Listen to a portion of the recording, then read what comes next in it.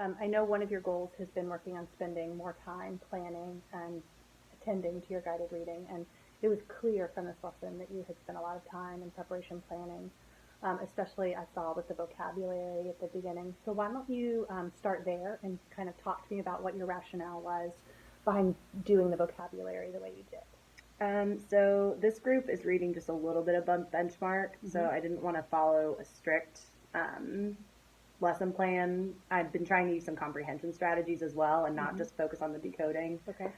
So I introduced some vocabulary words to them that I picked, and I decided to focus just on the first section Mm-hmm. so that we could read that all together. And so I picked these words, and I had them turn to the page Right. and find the word, and then define. And I just defined it for them because I figured that it's going to take too much time. I read that in an article, I Mm-hmm. think Jan Richardson article, Mm-hmm. where she said that if you're spending all this time on word solving strategies and stuff in the Yeah. beginning, you don't get to hear them read. So Yeah. that's kind of what I was thinking. And I think that was really good because you were able to keep the lesson moving along and you didn't spend too much time talking or waiting for kids to respond. And I think it was really good how you opened up the connections for them, but you didn't have to necessarily give every child an opportunity to share something. Mm-hmm. So I thought that was really great. Your pacing moved along really well. Then once you were in, I know talk to me a little bit about what the strategy was that you were working with the kids on for this one. So I wanted to work on using illustrations. Mm-hmm. One of our reading standards is about using illustrations in the text, Mm-hmm. and so I thought this would be a good time to preview it. Actually, I haven't taught it yet, so just to introduce it to the kids Okay. before I teach it whole group. So looking, and this book has a lot of illustrations in it, so I Yeah. thought it would lend itself well to that. Okay. So I noticed when I was watching that the students seemed to respond the same way when you asked that question. Yeah. Was that what you were expecting? I mean, I feel like there's a lot of ways to interpret visuals and a lot of information you can get with them, and so that's what I was hoping for. And then as I taught it, I realized I kind of had the same thought process they did, which is that this book is about art. So when Okay. you look at the pictures, that the author included them to show you what they were talking about, Okay. which was kind of what all the kids gathered, and I understood that thought. Okay. It was one of those where I don't really know what I wanted them to say exactly. Okay. I just thought it was. I guess maybe that's something in the future I can try to think through, like what would I want their response to be. Okay. So how would you know if you were working with the children on using illustrations? How would you be able to listen to a child respond to a text and know that they understood that and were able to had mastered that standard? Well, one thing I was thinking about including in the second lesson was to have them use text evidence and say, like, in the text it talked about, like, this one in particular, there's this bear, and they Mm-hmm. say it, down here, it talks about Mm-hmm. that there's nuts and bolts and a police badge and all these things. So then to have them say, well, this illustration goes with the text because Okay. I could see the police badge, or to Okay. use specific things in the text that reflect the illustration. And that was part of your That's what I follow-up. was thinking about trying on Yeah. Thursday to see if Okay. Okay. that elicits more, because I think that's the idea here. My understanding is to try to get them to use the illustration to better understand the text and vice versa. Okay. Do you think that there are some texts where there will be words, print, and then the picture might extend it? So you might not be able to find necessarily a match, but rather the picture is a continuation of the text. Or gives you something that the text doesn't give you. Right. So that would be another layer of this to think about when you're working on it. I think that you're starting from a very literal, and I think that's great, and that's a good way for the kids to start building, but then to take it another step further and look at some picture books where you only have so much text, but then the picture tells even more details. That's where Okay. you're seeing some of that. So you could even, that would be much more, that would be a deeper level of comprehension. And I think that for these kids who you're trying to push a little bit, that could be a good conversation to have with a Yeah. different text. Well, that strategy's fresh in their mind to push it further. Yeah, yeah, definitely. So if you were going, so you said that next time you might ask them to look for details in the text as well as visuals. Do you think that, are there other changes you might try and make to help with this strategy? I still found that I've been thinking a lot about how they say we're supposed to be listening to them read more than we're talking. Right. And I felt with this lesson I did talk more than I wanted to, or at Okay. least when I was looking at my time and I was like, I Yeah. need to keep this in about 20 minutes and I've talked for half of it.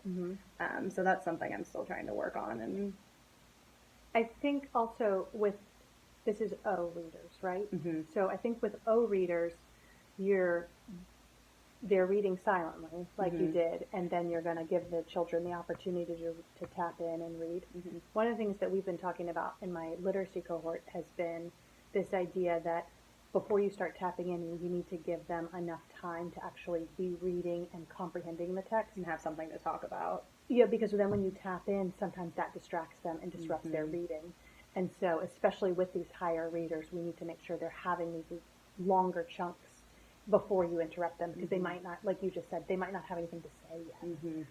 And so that would be another thing is just to be okay in silence for a minute or two to let the children jump in and get into that text before you have them because for some kids reading out loud can be a distraction. Mhm. And I think you'll know that. You'll see which kids Yeah. that's a problem This for. is a easily distractible group.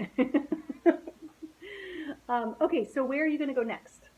Well, I really like the idea of following up with a picture book. I Okay. think that I like to pair my nonfiction and my fiction. Mhm. So I think to follow this up by doing some kind of fiction book and saying, well, now we're going to use these illustrations that don't, or maybe some of one of the ones that doesn't have words, maybe A wordless picture. saying Yeah. to use this illustration and say what would the words be Mhm. that go with it, or what's the author trying to get you to figure out from the illustration. Yeah, you guys could do a guided writing activity with that, where you could work with a wordless picture book.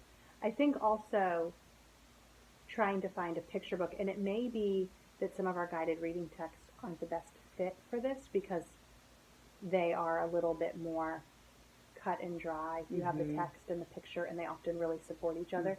But some of the picture books, I'm thinking of The Great Gracie Chase, for example, where there's text, but then the picture is telling additional elements of the story. And Okay. without it, you wouldn't understand. Right. And so it may be that there's almost an interactive read aloud component, maybe instead of doing a guided Yeah, reading. I was thinking about that one group. you read to us with the squirrels, because there Yeah. was something in there that if you didn't see the pictures, it wouldn't. Yes, or like with the old man saying those darn squirrels when he was smiling at the end, but he'd been grouchy and frowning. And so you could do for a session, you could do an interactive read aloud, a small group interactive read aloud. Okay. Or you could do it with your whole class to Since work. that's where I'm since heading it's a- anyway. And it's a full standard anyways. That could be a way to introduce it on a leveled, and get them to say, where's the text? And it might be a good time to use your Elmo and to have it so they can see the text and to say, where does it say that in the text? How do you know it happened? Oh, it's in the picture. And so in having that idea of reading the pictures along with reading the text. I guess I was thinking the nonfiction is usually where they struggle the most, so that's why I started Yeah. there. And then as it turns out, like you said, it was so literal. It really didn't take a lot of higher level thinking. Well, and I think in this case especially because of the art.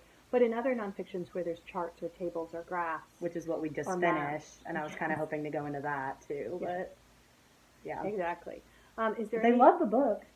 So Yes, that was well, positive. and that's good. Yes, it They is. were really engaged into it and had a lot of interesting things to say and comments. So you'll keep working on this because there's was it 3 sections? I think there's 4 Okay, actually, 4 sections. but I meet with this group twice a week. Okay, so you will keep going one section at a That's time. what I was thinking. I just Okay. like to be able to, because they're able to finish one section in one sitting, and then we can discuss it. Have you thought at all about any writing that you might do, like a guided writing, when you finished up the sections? I mean, for this particular lesson, I was going to have them write about illustrations, but moving ahead into the next section, I would like to do something else. I haven't thought about what specifically it would target. Okay. All right. Well, something to think about for the future. Is there anything I can do to support you in planning the future lessons or anything that we've talked about in here? I don't think so.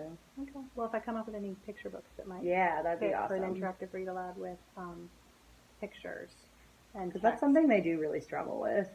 They, especially in second grade, I feel like they're just getting out of picture books, so they want to, like, I don't need pictures in my books. Yeah. But you talked about in something recently about how it's still beneficial to do those picture walks and to look at that stuff. But even I was like, well, they're in second grade. I don't want them to rely on them too heavily, but it's a helpful skill to use. So sometimes when I'm reading, and this might be a strategy that might work when you do an interactive read aloud, and I think I did it with the squirrel book. I don't always show the picture as I'm reading. You So did do sometimes that. I only read the text because the picture is going to give something away. And so, or sometimes the picture is just funny and I want their attention on the words. But so be thinking about that as you're planning if you do an interactive read aloud. And maybe we could work on planning that one together. Yeah.